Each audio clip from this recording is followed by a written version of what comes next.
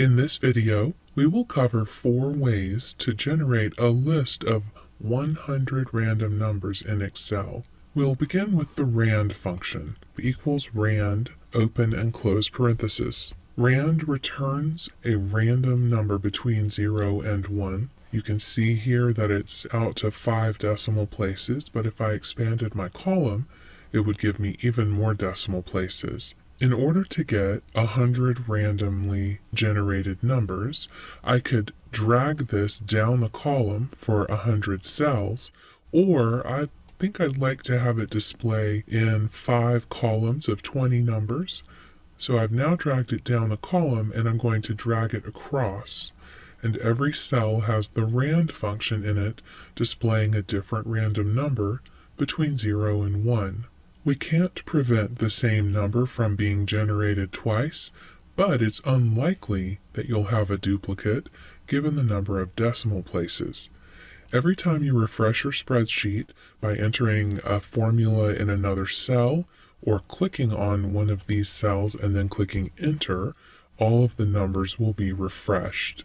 We can also go to the Formulas tab. This Calculate Now icon will also refresh the screen and cause rand to regenerate itself. The next method uses rand between.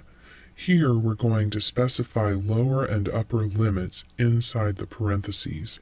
Equals rand between. Let's make the bottom 0 and the top 1000. Again, I can't prevent repeated numbers here, and it's actually more likely that we'll have a duplicate because rand between outputs whole numbers. So I'm dragging these down the column, and as I do, you can see that the rand numbers refresh themselves, dragging it across 5 columns, and now I have a set of 100 whole numbers between 0 and 1000. Now let's use the random number generation that's in the Data Analysis menu. I'll go to Data, Data Analysis, and scroll down to Random Number Generation. In the dialog box, let's take a look at what we have.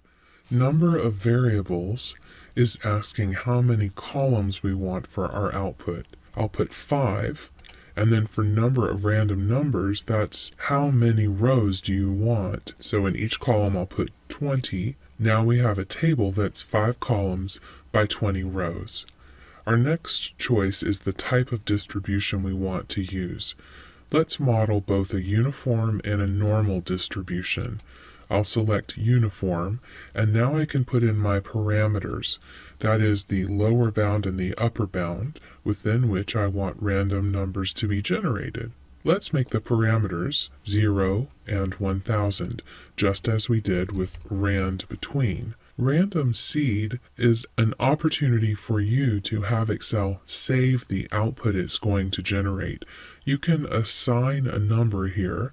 Let's say I wanted to assign the number 777. The next time I go into random number generation, if I pick uniform and put in 777 with the same parameters, it will recall the exact same set of 100 numbers that it outputted and show those to me again. I'm going to have my output range be in this worksheet. I'll click cell A2. Now I could also select the output range that I want, and Excel would place the output here. But because I've already specified that I want 5 columns by 20 rows, I only need to tell it the very first cell that I want my output to start. Now I'll click OK, and it has outputted 100 numbers. Notice it's outputting numbers to the billionth place. So although we cannot force Excel to avoid duplicates, it's highly unlikely we would have a duplicate value. Also note that the uniform distribution means that the average of the distribution should be the halfway point between the lower and upper bound. We should get an average in our data somewhere close to 500, and it's 481 is our average. Finally, let's use the normal distribution and generate 100 random numbers. Data, Data Analysis, random number generation. I'm going to leave it set to 5 columns and 20 rows. I'll change this to normal, and I'm going to model the standard normal distribution. I'll leave my mean at 0 and my standard deviation at 1. We'll change the output range to be G2. Let's check the average. If we're using standard normal with a mean of 0 and standard deviation of 1, then we should have an average somewhere close to 0. We do, it's very close to 0, and our standard deviation, which we'll use the stdev.s formula because we have outputted a sample, should be close to 1, and it is. This video demonstrated 3 tools in Excel to generate random numbers: rand between, and the random number generation tool with both uniform and normal distributions in the data analysis menu.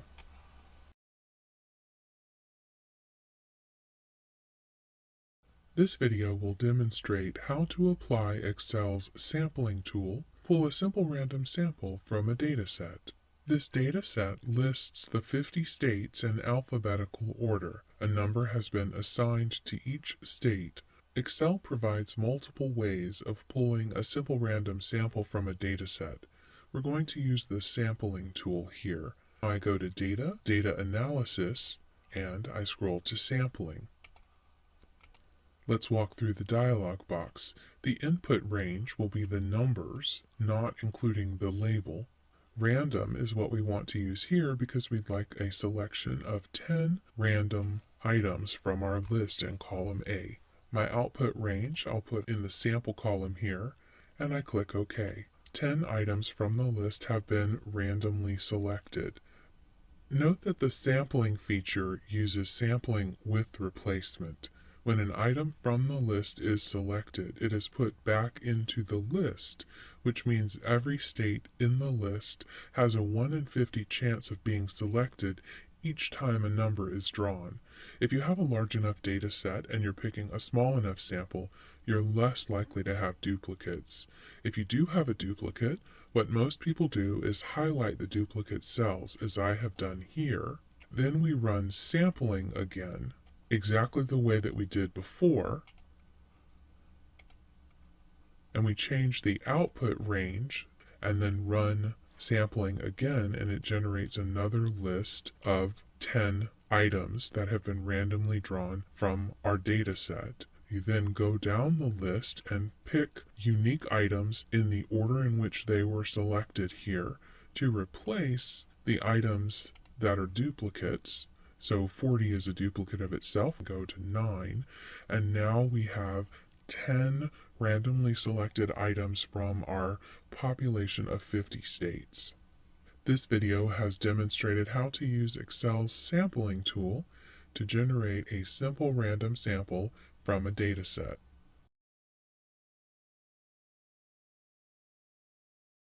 This video will demonstrate how to draw a simple random sample without replacement from a dataset using the rand, index, and rank functions. Excel does not have a built-in function that samples without replacement, but we can easily build a formula to do it for us. This dataset lists the 50 states in alphabetical order. A number has been assigned to each state from 0 to 49. I've added a column called rand. In this column, I'm going to generate a set of 50 random numbers, and then I'll drag it down the column.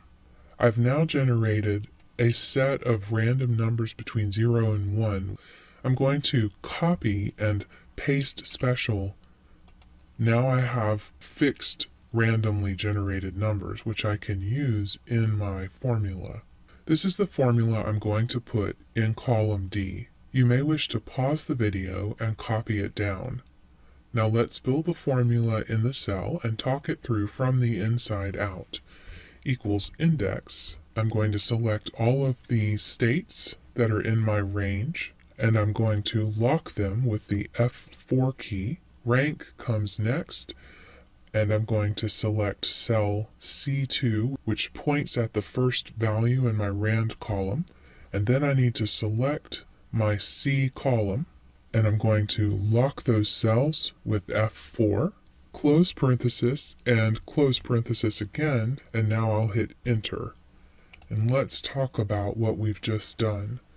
The rank part of this formula says, go look at the number in the first cell, in the cell I specified, which is C2. Where does that number fall in the range from C2 to C51?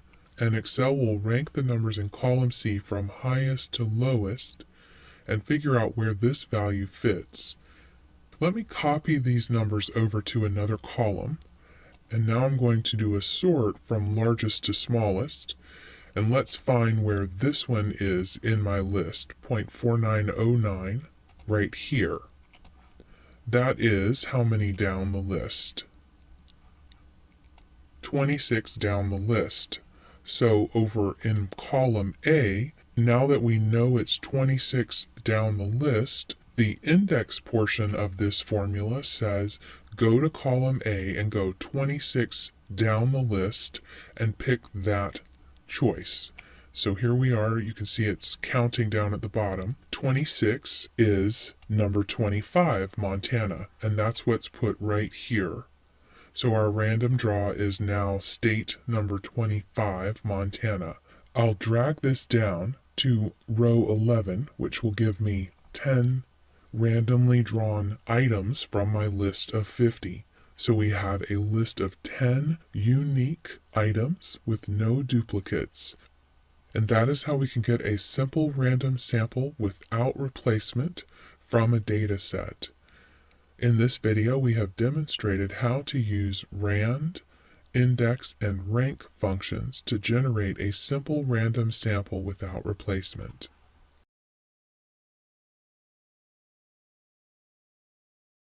This video will demonstrate how to use Excel's rand function and data sorting to develop a stratified random sample from a dataset. In this dataset, we have square footage and annual sales in millions for a company which has 25 store locations. The headquarters wishes to conduct an audit to determine the effect of square footage on store sales. For the audit, they will pull a stratified random sample based on square footage. The total sample size is to be 4 stores total, proportionally drawn from the stratum of stores under 3,000 feet and from the stratum of stores 3,000 feet and more. Let's sort our data based on square footage. I'll select the 2 columns. On the Home tab, go to the Sort button, Custom Sort, and we'll sort by store size. Now we can separate them into groups. I'll add a couple of spaces between the 2 groups and then duplicate the column header for the second group. Here we have 2 groups. You can see that in the first group are stores that are under 3,000 square feet, and the other is 3,000 square feet or more. This was the stratified part of stratified random sampling. Once you've divided your data into the groups you care about, items are then drawn using simple random sampling from those groups. Let's add a new column called Random, and we'll assign each store location a random number using the rand feature. I want to be able to work with this data without constantly regenerating the random number each time I click Enter. So I'm going to copy this column and then go to Paste Special and paste in as values. And now those cells are simply long strings of numbers between 0 and 1. We want to draw the number of observations from each group that will be proportional to the overall size of the population. For example, if we had 2 small stores to every large store, we would want a ratio of 2 to 1 in our sample. Here we have approximately half of the stores under 3,000 square feet and half over, close enough to 50-50 that we'll pull 2 stores from each group. I'm going to sort each group by the random number, and I'll choose the stores assigned the 2 smallest random numbers to be in my sample. We'll do the same thing with the larger stores. Choose these 2 stores to be in the sample, and we have now created a sample of size 4 with half of the sample pulled from the small square footage strata and half pulled from the large square footage strata. In this video, I've demonstrated how to use Excel's sorting feature and the rand function to develop a stratified random sample.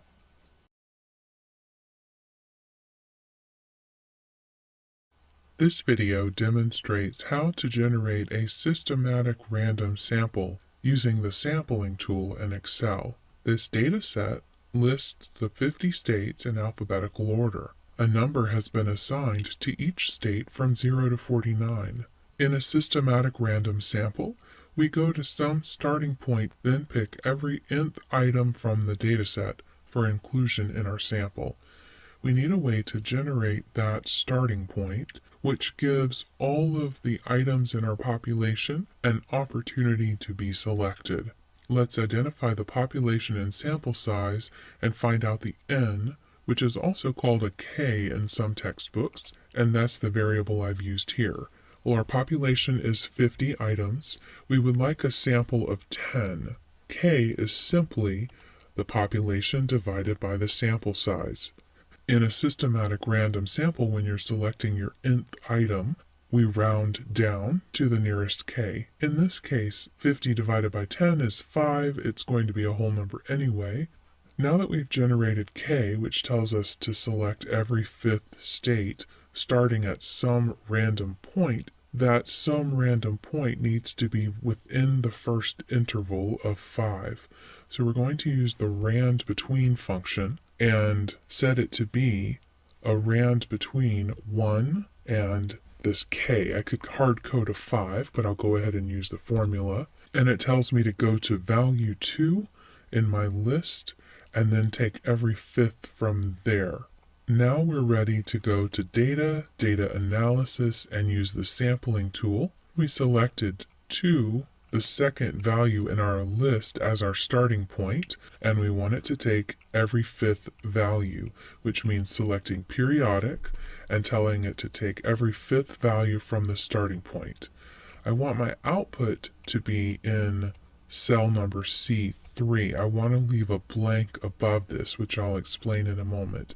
And now I say OK, and I have 9 items which have been generated. The reason that I left a blank here is because Excel did not select the first item, Alaska, and yet the protocol is that the first item you start with is included in the sample, so we need to add it in ourselves. Now we have a list of 10 items. One caution to note: we want a sample of 10 items, but it is actually possible that we would get a list of 11 items depending on our starting point in that first interval. If 1 had been randomly selected as our starting point, we would have ended up with 11 items in our sample. In which case you have a choice of randomly selecting one of the 11 to be excluded, or you could increase your sample size to 11. In this video, we have demonstrated how to use the sampling tool to generate a systematic random sample from a dataset.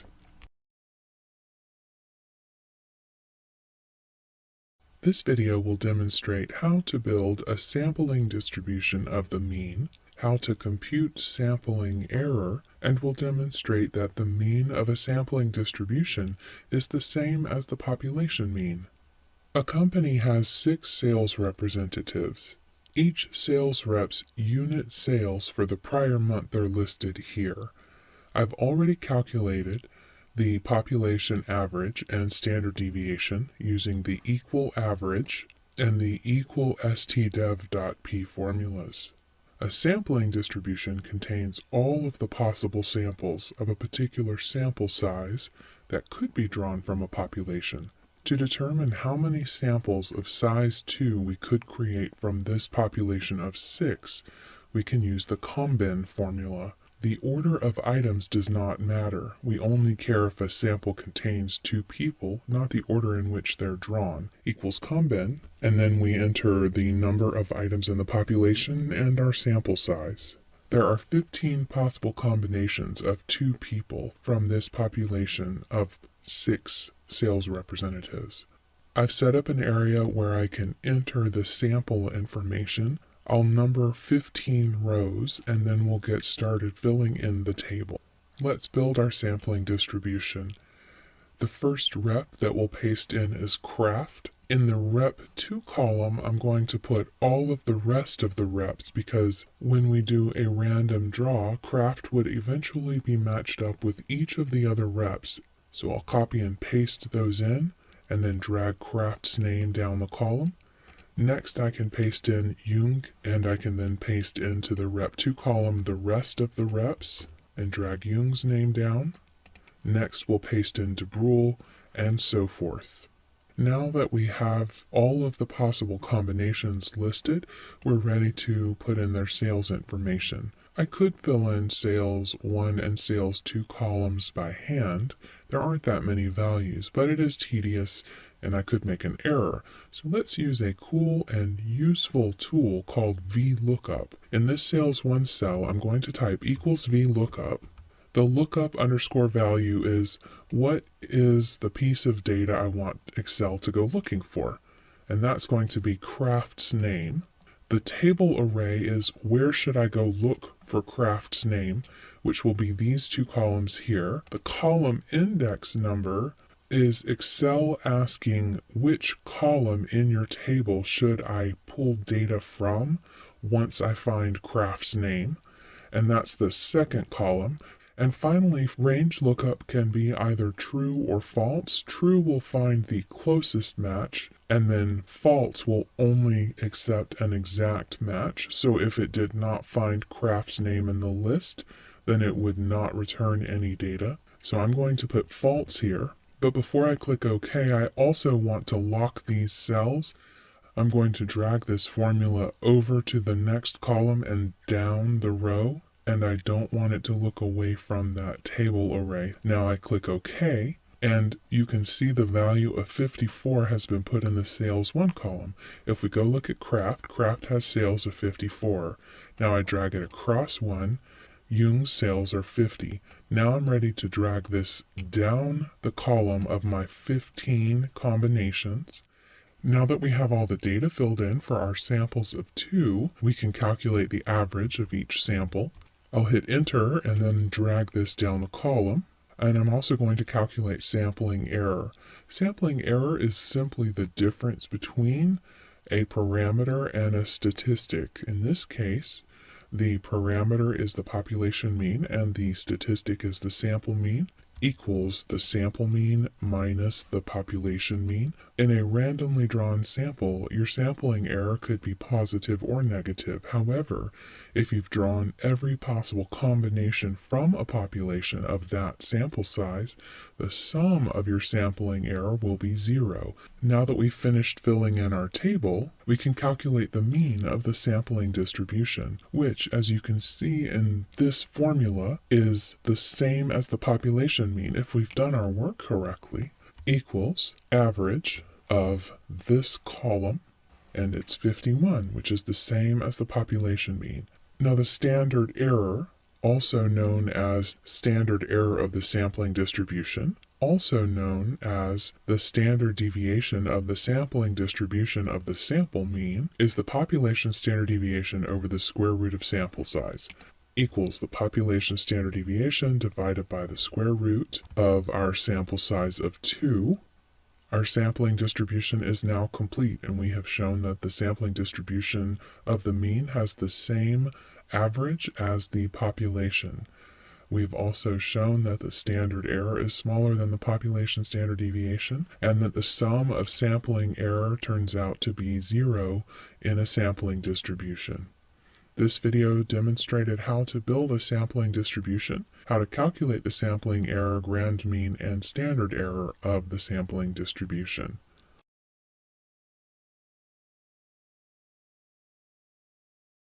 In this video, I'll demonstrate how to calculate the probability of finding a sample mean when the population mean and standard deviation are known. This data set represents the total population of homes sold in a small city last year, n equals 105. In this case, we know the population mean and population standard deviation, but we do not know for sure that the population is normally distributed. So we are going to pull a random sample of 30 sales prices. According to the central limit theorem, when it is not known whether a population is normally distributed, a sufficiently large sample size, generally n equals 30 or greater, will result in a sampling distribution that is normally distributed. I want to find the probability of finding a sample mean greater than the one I compute and less than the one I compute. I've already added a column of random numbers next to the price column using the equals rand function. I copied the values and used paste special to paste the random numbers in as values. Now I'm going to sort the two columns, smallest to largest by random number, and I'm going to take the sales prices for the 30 smallest random numbers to have a randomly drawn sample of size 30. I'll paste those in. Let's quickly calculate the sample mean, which is 231.64. And now that I have the sample and population mean, we can check sampling error, which is the sample mean minus the population mean. My sampling error in this case turns out to be positive 10.5. We can also calculate standard error, which is simply the population standard deviation divided by the square root of sample size, which in this case is 30, and our standard error is 8.5592. Now that we have these pieces of information, we can find the probability of obtaining a sample mean smaller than the one we found. We'll use norm.dist to do that, so I'm going to replace this underline here with the sample mean, 231.64, and that's what we're going to find here. We'll use norm.dist. In the norm.dist function, the first item we enter is the x, which is our sample mean. The second item is the mean, which is the population mean. The third item is standard deviation. In this case, we do not use the population standard deviation. Instead, we put in the standard error. Then we're going to put true. Norm.dist is a cumulative function. When we've listed true, it will tell me the probability of up to and including that x is just over 89%. Now we'll find the probability of finding a sample mean greater than 231.64 equals 1 minus norm.dist, and enter our information, close parenthesis, and it's just over 10%. And these two should add to 100%. As they do, you can see at the bottom of the screen. This video demonstrated how to use norm.dist to determine the probability of finding a sample mean larger or smaller than the one computed from a sample, given the population mean and standard deviation are known.